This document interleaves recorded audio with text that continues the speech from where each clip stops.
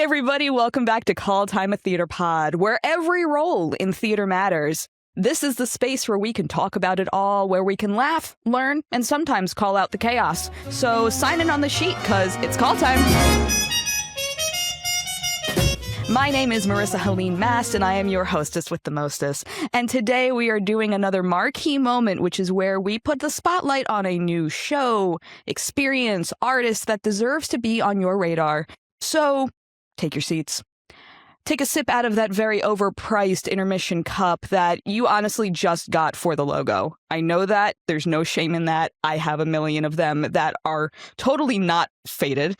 And I'm drawing with Sharpie to make sure that I keep the memory forever instead of the bacteria from... Anyway, I'm gonna stop talking and hand this over. No, keep going. Keep going. It was great. It was great. I felt it. It was visceral. I was there. I kind of want to pull this thread. I want to see where it goes. What? Yeah. I was questioning the integrity of the stainless steel inside the tumbler. Like, that's how Sharpie, deep that's we were good going. etiquette too, honestly, because a Sharpie, I mean, that means business. You're not goofing around with some temporary option here. And I think that's a metaphor. Yeah. This No whole regrets. Don't podcast turn is a back. metaphor. Today, I'm going to be talking to the team behind the brand new musical, Yeti or Not. Hi, guys. Wow. Hi, Brandon. Hi, Sean. Hey, how's it going? Thanks for having us. It's going. Yes, thank you. Wow. My name is Brandon Marks, and I am the brains behind. Sorry, no, I was reading his name. Okay, my name is Sean Richards, and I am part of the creative team, but we all equally share responsibility of book, lyrics, good times, the whole nine. I am Brandon Marks, and I am also 1/3 of the co-creating book, music, lyrics ensemble as well. Amazing. I am very happy to have you both here with me today. And so I guess the obvious first question is, what is Yeti or Not? All right, you sitting down for this, Marisa? All right, good. Yes, Sean. Start. It's about Bigfoot. And it's about a musical about Bigfoot. Well, sorry, it's about a musical about a guy looking for Bigfoot. And basically, it's a, how would you say, what's the log line, Brandon? It's a father-son comedy. Well, yeah, it's a father-son comedy about grief, belief, and Bigfoot. When a young man finds his late father's mysterious map, he leaves the city, heads into the woods, seeking something mysterious, something real. And it's a little weird, a little funny, unique, ultimately human. I feel like you just read that right off our website, Brandon. It's amazing. It's as if you wrote that yourself and you had it memorized forever. A couple of times, yeah. Brandon Media GPT. training. That's right. Brain GPT. That's called analog style, kids. Yeah. Yes. But it's not, I mean, at its root, there's nothing new under the sun, but it's a fun, hopeful story. Ultimately, as two dads, like, this is also a love story to our kids. It is something that started out real silly, real weird, and over the last 3 years or so, it's taken on a whole different thing than we ever thought it would be. And so that's kind of in a nutshell, I'd say it's been a really fun journey, if nothing else. Oh, yeah, absolutely. I mean, I obviously, I found y'all on socials, as I do for a lot of these things, and I was immediately just intrigued and pulled in because, I mean, listen, I love a show about a cryptid. That is a big part of my personality. Where did the idea specifically spark for this version of Yeti or Not? So Brandon approached me maybe a week or two after my first son was born. And he said, hey, what if we wrote a musical about Bigfoot? And I said, absolutely not. To back up on that, 2 weeks before that, he discovered a podcast called Blurry Creatures. And this thing is a deep dive on all things cryptid, but specifically Bigfoot being the gateway to that. And long story short, I picked up a mandolin and I kind of started plucking around and I started listening to this podcast. And I was like, I actually think I have a song, which became our title track, Yeti or Not. But in the process, we came to find out, like, this lore is so deep. And Holy cow. I have family from the Pacific Northwest, and so it's not lost on me that Bigfoot is prevalent. But now I started kind of diving into this deeper and deeper. I realized every part of the country, almost every part of the world, has their version of Bigfoot. And so we kind Yeah. of started pulling that thread more and more. And sure enough, it led us to this discovery of who Bigfoot was. And we decided, gosh darn it, maybe he's a wonderful baritone who deserves to be in a musical. The whole fun part with it too, like for me, like my extent of Bigfoot was like Harry and the Hendersons, right? Like it was, Yes. Oh my gosh. it was like these different, or that one scene in Goofy movie, right? Whenever they stop at the little raccoon place or what, it possum, and then they went. That's like that was the extent. Like I hadn't really thought too much past it. And I think both of us about maybe 4 or 5 episodes and went from like, I mean, sure, ha ha ha, to like, he might be real, probably real. I think he's real. Like, I think and so that's been the fun part of this too, is like, we're dabbling in 2 communities here. Like, there's like a huge, like, to the grave Bigfoot community, and probably more passionate musical theater community, you know? And you never realized that the Venn diagram, in fact, overlapped on Bigfoot and music theater, kids. But here it is. And we're here to bridge the gap. As someone who is in the middle of that diagram, I appreciate it very, very much, because I literally, kid you not, the minute you said that you always thought that like you made Bigfoot a baritone, my initial thought was, yeah, he's always been a baritone. What are you talking about? Me thinking about that in the 6th grade. I appreciate that you were thinking about the finer things already. You had your eye on the prize. That's commendable. Shucks. Thank you. Thanks for making my dream a reality. I'm just saying. Actually, fun fact really quick about Bigfoot and the community of Bigfoot in general. Are you guys familiar with Art Bell? Enlighten me. So Art Bell was I don't want to call him a radio personality because I feel like that has such a weird stigma attached, but he has an extensive history of like working radios for war, but like he created his own radio show where he talked to people about their experience with the supernatural and cryptids, and like he was the person where you could never really tell if he genuinely believed, but he believed the people who told him stories, because he's like, if you experienced it, then it was real. And there was an episode specifically dedicated to Bigfoot. I mean, there were multiple episodes, but this particular episode dedicated to Bigfoot, they play footage of this person who heard Bigfoot and the sound that erupted from this recording, just chilling, absolutely chilling. And so many people called in and they're like, oh, that's obviously somebody just yelling in pain. Why didn't you go and check out what it was? And And he's like, that was not a person that yelled. That any and all things that help push more stories about Bigfoot into people's mindset, I'm like, yes, more. I love it. It's funny you say that, because in our research, and I say our research, I mean other people's research that we just, Google. Yeah, we consume. We quickly discovered all these accounts of Bigfoot are so congruent with each other. Like, there's so many stories that have similar, like the guttural sounds that come, and basically like enough people have said, no, like I don't want to go camping by myself. I don't think you understand. Like, this is not a bear that's doing what this thing is doing. It's very aside from the account of Jesus, I don't think you're going to find any sort of conclusive repertoire of information around a mythological creature other than Bigfoot. And it's pretty remarkable, honestly. It really, really is. And so to use this as a wonderful segue, because I'm very good at segues, going all the way back to when you said you were playing around on your mandolin. I'm very good at my job, guys. Going back to when you said you were, playing around on your mandolin as you were listening to the podcast, are there any particular like musical influences that kind of shaped the score for this show as well? Yeah, I feel like you're going to get two or three different answers from Brandon, Derek, and myself. Depending. Oh, by the way, Derek couldn't make it tonight, but he is the other third of this, and he's also another college buddy. He's in a better place. He's not dead. He's just in Florida. He's really enjoying his evening. He's just really enjoying it. And but he's the producer behind all this. But to give some context, Derek and I have been writing songs together for the better part of the last 12, 15 years. Brandon and I have been writing together as script partners for the better part of the last 12, 15 years. And so it was a natural, we all went to college together. and it was a natural overlap. And Derek and I are more of the Americana singer-songwriter camp, and then Brandon has been more faithfully steeped in theater culture. And so his brain is always going to probably productions more like Once or I think Newsies. There's a few other comps that came in there, whereas Come From Away. Come From Away, all great comps.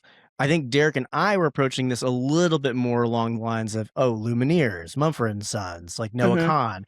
And so in the process, we've actually, and so as I was writing that, that was the initial impetus, if you will. But as we started kind of putting this together, we kind of started trying to figure out how do we honor the art form that we're trying to enter into. And it's kind of morphed and evolved. And I think it's taken on a lot of Brandon's comps that he just threw out there, like Come From Away, but it still keeps that Americana spirit, which I think is probably a good comp for Bigfoot, because Bigfoot is very much steeped in Americana culture, Appalachia, or you have Pacific Northwest, and so there are roots of grunge in our musical. There are post rock. There are roots of folk rock, and then we have a little bit of the piano pop to honor New York City and musicals. And so there's a little bit of everything happening. But to answer your question in a roundabout way, that's probably where I was at in terms of headspace. For the fun context before, and that like week and a half of darkness and this existing in a much worse place before I told Sean about it, it had a terrible name and a very half-baked concept. And initially in my head, it was like, oh, like when he's in the city, it'd be more like the band Fun and like electric and everything else. And then it'd be more like Mumford when he goes into the wilderness. And like that was fine. And then I think what I'm getting to is like the amazing piece of collaboration is when people much smarter than you and gifted in other areas take it to a much better place. And the best example of that is that the name before Sean was intelligent about this for me in place of me. I'm not. You're still We're getting there. Humble. Is that the name was Beyond Belief, a Bigfoot musical. And how terrible is that? It's awful. That's the idea. And then Sean said, no, it's not. It's called Yeti or Not. Marisa, and to my credit, I was very sleep deprived. I had a newborn, and so I wasn't as tactful as I probably could have been. But I was like, yeah, that sorry, dude, that name sucks. Sometimes you need that. It's also very funny because immediately when you said Beyond Belief, I was like, oh, like the dance studio in Texas? Yeah. Well, there was also a show called Beyond Belief back in the day. Do you remember that? It was like they would do like 5 little vignettes of stories, and like yes, 3 of them were, or 4 of them were all made up, and there was only 1 or 2 that were real. Yeah. Oh my gosh, yeah. But either way, you have to start somewhere in order to really find what clicks. And I think that Yeti or Not is, I mean, it sits so well on the tongue and to be said out loud. So great. And people just there. like chuckle about it. Like like you just tell people, you're like, oh yeah, we were writing Bigfoot musical, and then like, oh that's great, and like it's called Yeti or Not, and then every time it gets that great laugh, it's fun. Yeah, it is, and it put a smile on my face. I was like, Yeti or Not, oh, cool. So tell me about the current state of the show. Like, where are we in the process? Our next steps, we have a workshop coming up in Bastrop, Texas this summer, July 10th, 11th, I believe. And we will be performing the next version, if you will. We just did a table read in Austin a couple months back, and that was a pretty realized version of the show. And then we got great feedback from a lot of our friends and folks in the industry who came out. So we punched up the script. We're actually punching up the script as we speak and trying to punch up some of the songs. And so this workshop will be the first performed version where people are off book. Okay. And so I don't want to like elevate it too much. There's not going to be full sets and minimal costume, minimal wardrobe, but it'll be a bit more realized, and it'll be a great opportunity for us to actually kind of feel out some of these songs a bit more, feel out the scenes a bit more. So that's coming up. And then other than that, we are currently talking to a handful of theaters trying to get our first developmental run out in the open there. And so Brand's been hitting the phones on that one. Yep. And so that's one of you may have seen the social post where it's like, hey, we're looking for the next theater partner. Did very well. And so we have over 35 that we're at least in some form of reaching out, and then several that we're already in communication with about. And it's all different areas of the country, and that's one of the things that we're really excited about is like this. We're kind of just ground up grassroots with this, and Mm-hmm. from the like smallest theater to youth conservatories, like we're just this. We believe that this show can scale to any of it. So Yeah. like let's see how it rolls. Let's get it in artists' hands and like out from being in front of our face for the last 3 years and see what people Yeah. do with it and No one what's wants these fun. spaces. Yeah.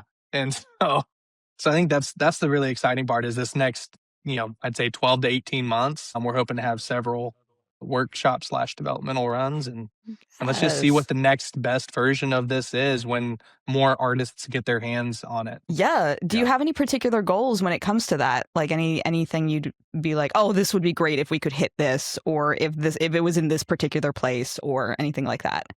Well, hold for the laugh break, Broadway. I mean, That's not laughable. I know. That feels like a good benchmark. I feel like we'll be okay if we can make it Yeah, there. if that happens, it'd be all right. You know, A little place called Broadway. Yeah. It could be fine. Yeah. I mean, listen, there are a few different versions of this. I think no matter what, the fact that people even want to come to a table read and listen to our little art project, our little, silly Bigfoot fan fiction, that's pretty humbling and pretty astounding. And I believe that this thing has some of the special ingredients to go further than I think maybe I initially thought it could do. And if that's Broadway, that'd be magical. That'd be wonderful. But I also think very pragmatically, this thing could exist in youth theater, community theater. I think that we wrote a family friendly story because it very much, like Brandon alluded to at the beginning of this podcast, is a love letter to our kids. And so a lot of these songs that you're hearing, at least two of them in particular, were songs I wrote for my sons, but originally when my firstborn was born, I wrote for him as I was just putting him down to sleep every night, and I would sing him this lullaby that I still sing to my boys to this day. And that became the song that the father of our protagonist sings to him, and then the protagonist learns to embody as he goes through the story. And it's kind of is that a guitar behind you, Sean? There are actually there's not. My and guitar's 1, 2, 3, 4. There you go. Oh, this old thing. I'm so unprepared. I really shouldn't. Don't make me sing. Don't make me sing. Don't make me sing. Actually, I'm on so much NyQuil right now. I probably wouldn't be any good. Which brings us back to the Tumblr with the intermission price thing. Yes. Yeah, go on. You know what's happening in this cocktail. But yeah, and so I think that there's a version of this that definitely exists for youth theater, but also we wrote it. I mean, Brian and I, we are students of comedy, and we try to write something that we would laugh at. And so I think parents are going to have a great time. I think adults without kids are going to have a great time. That's the idea, is because I think it's a universal theme that everyone has had to learn how to, whether they are ready or not, grow up and figure out what kind of man, woman, person am I going to be? And sometimes you've had examples that could lead the way for you, and sometimes you've had to kind of raise yourself. And so we're trying to write a story that fits that shared universal sentiment, Yeah, and for me, it's in the conversations I'm having with these theaters, just the fact that they'll be excited, and then they're like, I've listened to the demo album on the website. I can't wait to read the script, and I'll send like a sample of the script, and then the next morning, I've read all of that, listened to it and I want more. Like, just for me, it just tells me that something's there. And I was a high school theater director for 8 years, so I think thank you for your service. Thank you. Yeah. It's the last decade of my life. No, it was great. You don't look a day over 57. Don't worry about it. Appreciate it. Appreciate it. But for me, I can see this as exciting as it would be to see on a regional stage, professional stage, Broadway, whatever. I also get really excited thinking about I would love my teacher friends to be excited about this and produce it on a regular, if it's produced at all on the high school stage. I think that's exciting. I think we have multiple friends that aren't at all in the musical theater world, and I would love for them to come see it and be like, wait, I do like musical theater. Like, yeah, you do. You just needed the gateway. And that'd be a huge accomplishment. Yeah, that is what excites me. it gets me excited because like just one of the things I love about this, and just even in the conversations that we have had in our meeting, and even right now, I'm just like, the heart and soul and passion that you have for this is so incredibly refreshing and wonderful. And not that there aren't, other artists with the same goals, but there's just something about this in particular that just feels so special. Oh, thank you. And yeah, and I the vibe that I get from it is very much like it goes with the music that I've heard and just like the story itself. I genuinely don't think I've seen many stories like that. And I'm a cryptid queen I have other shows that I'm going to be working with who are there. It's a very different angle. And there's a level of softness with this that I think a lot of people won't expect, that I am very, very excited for people to embrace. Man. And just the show just feels like a hug to me. Like right now, I love that. That's a great compliment. Great. I'll take that. And I am just really, really excited for audiences to see it and do things with it and collaborate with you. And although we were kind of already going through this, what I would like you to do right now, because I'm a very mystical woman and I like putting the great things out into the universe, but I would love for you to look into the camera. Okay. And I want you to manifest the future of Yeti or Not. Man, I'll say, Lord willing, if the creek don't rise, I would love if this thing had a shelf life on Broadway, and more than anything, if it could turn into something that high school theaters around the country take as part of their playbook. And honestly, selfishly, like I'd love to see my son play Henry at some point in this musical. That to me would be like the sweetest full circle kind of moment. Either of my sons, honestly. And then also, if like we're just, if there's no prayer too big, hey, if Walt Disney Company wants to come along and maybe buy the rights to this thing and make a Pixar version, I'd be okay with that. I wouldn't be mad at that, Yeah. It's a show. It winds up a show that people want to talk about, that people tell stories of, that people listen to, even outside of the theater, whether it's honestly several of the songs, solid workout jams. Like they get moving. And so that's one thing. But yeah, I think for me, I feel the same way about my sons, but also like I have a daughter that's 3, and every single time that The Ring comes on, she goes, "It's my song." And then I'll start singing with her. She's like, "No, I sing it." And I'm like, "Yeah, girl, you go. This is your stage. Like, have at it." Yeah. And so I think that would be really, really special to see. And I think it's just more than anything, if it can give hope, if it can bring light, and yeah, and just feel like I love the way you said, if it could be just a hug for people when they need it, like that is enough for me. I love all of this. And so I would like to manifest for Yeti or Not. I would love to manifest, obviously, continued success. And I want you all to meet your goals. You know what? I do want Jeremy Jordan to play the Bigfoot at some point. I think that'd be pretty freaking cool. I'd love it. Or anybody of, I just want people to know about it. I really just want people to know about the show and go, oh, I love this. And I also will say I manifest that this show becomes a wonderful footnote in the anthropological studies of Bigfoot.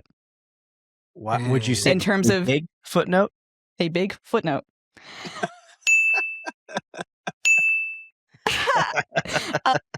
But yeah, sorry, that's really cool. Those are the puns you can expect from this thing. Believe me, the audience at this point should understand that that's exactly what they would be getting when they listen to this podcast. Okay. Yes. But just the digital footprint when it comes to studies about Bigfoot, I want this to be right in there as something of note, of something of importance. That way they don't always have to listen to the awful guttural cries of Bigfoot, and they can listen to y'all instead. It's what's funny. What does Bigfoot sound like? What does he sound like? Yeah. It's kind of, if you ever hear like the accurate T-Rex sound, it's kind of that a little bit. It's just that very guttural.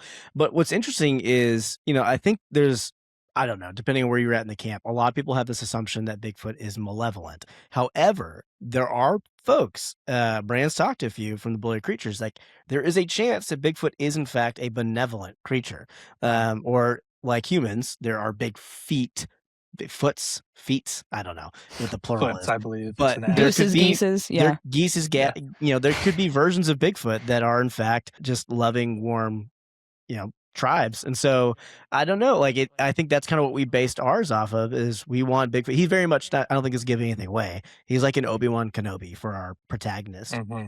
And he Yeah. very much becomes the surrogate father figure that our hero has been looking for, because this is important to the story, but his father passed away when he was little. And so he's on a search to try to validate his father's legacy. And in the process, maybe he discovers something a little bit more. That's so for us, like if we can stamp that as well, that Bigfoot is maybe a nice guy, that could go Mm-hmm. somewhere too. I couldn't agree more. We wrote our prologue, and again, I don't think it's giving too much away. It's the first 5 minutes of the show, Yeah. but Slaps you in the face pretty early. like real quick, like, wow, okay, we're here. But there's this mudslide, and something saves young Henry. And we wrote that, and then we found out, a year later that there's a ton of accounts of, again, big feats, saving kids in rushing tide, like rushing rapids or whatever it is. And so I think it's not only plausible, but I think better. I think it's better Yeah. that it, Yeah, both. absolutely. And so I, of course, because I mentioned this in our meeting, and I have to bring it up now because I know the people listening will want to know about this. As of right now, there is another musical about Bigfoot What? that is somehow crazy. Since when? You tell us now. And it's not the one that I wrote when I was 10 years old, okay? It is a musical that is currently off Broadway, Bigfoot the Musical, and well named. Classic. But I'm curious to know, because I am not doing this to stir anything, because that is not what we do here at Call Time at Theater Pod, no matter how many times y'all want me to. There's nothing to stir. I mean, we are fans of Bigfoot the Musical. We like here's the truth of it is, the more Bigfoot is out in the zeitgeist, the better it is. And agreed. I think it's proving there is an appetite for a cryptid musical, specifically a Bigfoot musical, and that's helpful for us. Also, theirs is a bit more mature in terms of audience. It's definitely, the humor leans towards those who can vote, I think is one way to put it. Whereas ours is suitable for smaller ears, which is great. So I think there's a lot of opportunity, Yeah, and I would obviously I feel like there's no real competition when it comes to making musicals about things like this. It's just depends on what your angle and perspective is, and I feel like yours is super fresh and really. I'm just excited. I'm just excited for people to know. And I think it's if we can pay a compliment to Amber as well, like she obviously is one of the great satirical minds. I mean, obviously with her history on Late Night with Seth Meyers, and I mean the Daily Show, like she's got a pulse on it. And I think her story, I haven't yet to see it, but what I understand is it does a really good job of making Bigfoot the other and kind of using that maybe as a metaphor for what a lot of folks are experiencing right now. And I think that's a really smart take on it. And it's not one that Brandon and I were approaching it. We took a very different route. And so if anything, I think to your point, it validates like there is a lot of real estate here. Do not buy. And I think also musicality, what we're doing is also very different. So I think there's a pretty big sandbox that we can both play in. 100%. That's what I was going to say was the music with it too. Like it's perfectly, like theirs is perfectly serving their story and the story that they wanted to tell them and that was on their heart. And so, and very much like ours is different because we're telling a different story. And like, there's a really cool thing that this cryptid that the world has fallen in love with for ages is a commonality in it. And so I think it's awesome. Abso-freaking-lutely. And so I guess as we wrap up our time here, because time is a social construct, I would love for you to let people know, how can people follow the process? Where can people follow y'all and everything you're doing? And what can we know about Yeti or Not? Where? Well, Brandon's phone number is, and anyway, so you can follow us on social. Now we're on all the socials, Yeti or Not Musical. You can check out our website as well, yetiornotmusical.com. You can learn everything about the story, about the cast, like the build out of the cast, the demo albums on there, shoot our emails on there, like shoot us an email. The number of people that have reached out wanting to be a part of the project or interested in, like when our audition's ready and everything else, like shoot, we would love for you to cover one of the songs, upload it, like we'll repost it and everything else. Like that would make us so happy. And so like any of those ways, we're rolling out content pretty much as fast as we can to get it out there, see what people think and everything else. So that'd be the best way to keep up with what we have going on. If you feel so inclined, we have merch. So that's great. But yeah, we're doing this thing ground up, grassroots, and we just love the people that are joining along with us. And Absolutely. We love you for it. And we love you for it. I literally I'm going to order a sticker. Like I was about to do that right before you guys logged on. So I will do that when we're done. We'll just send you a sticker. You can just we can make some. I know a guy. Yeah. Oh gosh! Wow. We can make it. You know what? We might even have a couple of stickers. You know what? We might even just send you a shirt. We might go nuts.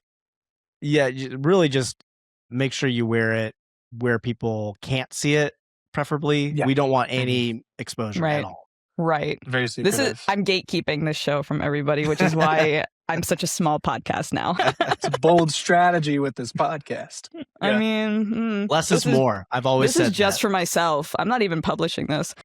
Yeah, I love it. But awesome. That reminds me of like the meme. It's like when grown men discover that they can actually just have conversations in person. They don't even need a podcast. Yeah.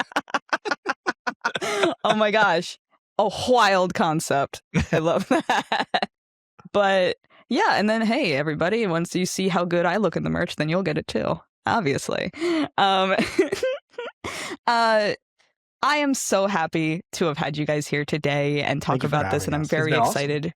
I'm very excited for everything that's coming for Yeti or Not, and I want to thank all of you out there in Living Land for tuning in and signing in on the call sheet for this episode of Call Time, a Theater Pod Marquee Moment. My name is Marisa Helene Mast. You are the audience. Bye-bye now. 'Cause I'm heading for the Northwest. Yeti or Not, I've got to know if there's more to this. Life in the corporate climb and politics, something I've got to know before I die. It'll be a big feat for your guy. It'll be a big feat for your guy.